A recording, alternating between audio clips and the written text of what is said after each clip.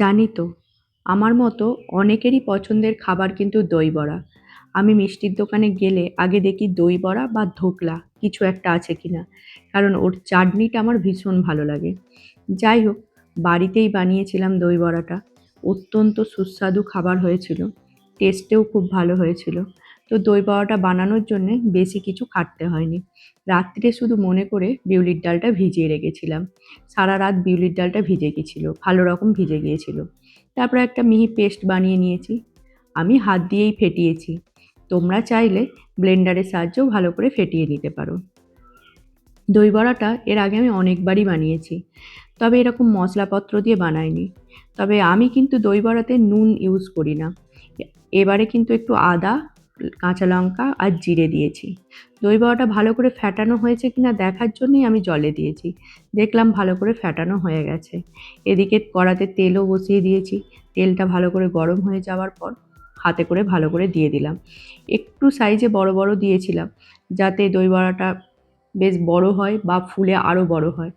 কিন্তু অনেকগুলো দেওয়ার পর দই বড়াটা নিয়ে কড়াতে নিয়ে আমি আর ব্যালেন্স করতে পারছিলাম না।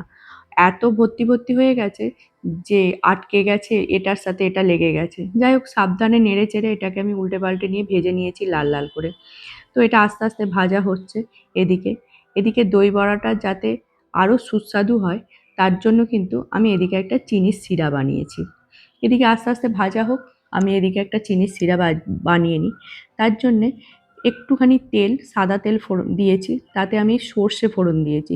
সর্ষেটা বেশ ভালো করে হয়ে যাওয়ার পর একটুখানি কারি পাতা দিয়েছি। কারি পাতাটাও বেশ ভালো রকম যখন হয়ে গেল, তখন হাফ কাপ চিনি দিয়েছি, ১ কাপ জল দিয়েছি। আমি যেহেতু ব্যাটারটায় একটুও নুন ইউজ করিনি, তাই আমি এই চিনির শিরাটাতে একটু নুন দিলাম। তোমরা চাইলে অবশ্যই ব্যাটারে একটুখানি নুন দিতে পারো। আমি ব্যাটারে নুন দিই না, যদি ব্যাটারটা আমার পাতলা হয়ে যায়। এই কারণেই আমি ভয়ে কোনোদিন নুনটা ইউজ করিনি। তো এদিকে দইটা আমি ভালো রকম ফেটিয়ে নিয়েছি। দই বড়াটা আমি ১৫ মিনিটের জন্য চিনির রসে ভেজাতে দিয়েছিলাম। ভেতরটা যাতে মিষ্টি মিষ্টি হয়ে যায়, টেস্টটাও যাতে ভালো হয়। এদিকে দইটা ফেটিয়ে দইয়ের ওপর আমি সব দই বড়াগুলো হাতে চেপে ভালো করে রসটা নিগড়ে দিয়ে দিয়েছি। তার ওপর ছড়িয়ে দিচ্ছি একটু চাট মশলা। আগে থেকেই বাড়িতে তৈরি করা ছিল তেঁতুলের পাল্প বা চাটনি, যেটাই বলে থাকো না কেন, সেটাও ছড়িয়ে দিলাম। এরপর বাড়িতে তৈরি করা ভাজা মশলা, যেটাতে ছিল দারচিনি, লবঙ্গ, ছোটো এলাচ, জিরে, জায়ফল আর একটুখানি ধনে, এই দিয়েই গুঁড়োটা রেডি করে রেখেছিলাম। তার ওপর থেকে একটু দই দিয়ে রেখে দিয়েছি। খুব সুন্দর দেখতে হয়েছে, টেস্টেও কিন্তু খুব ভালো হয়েছে।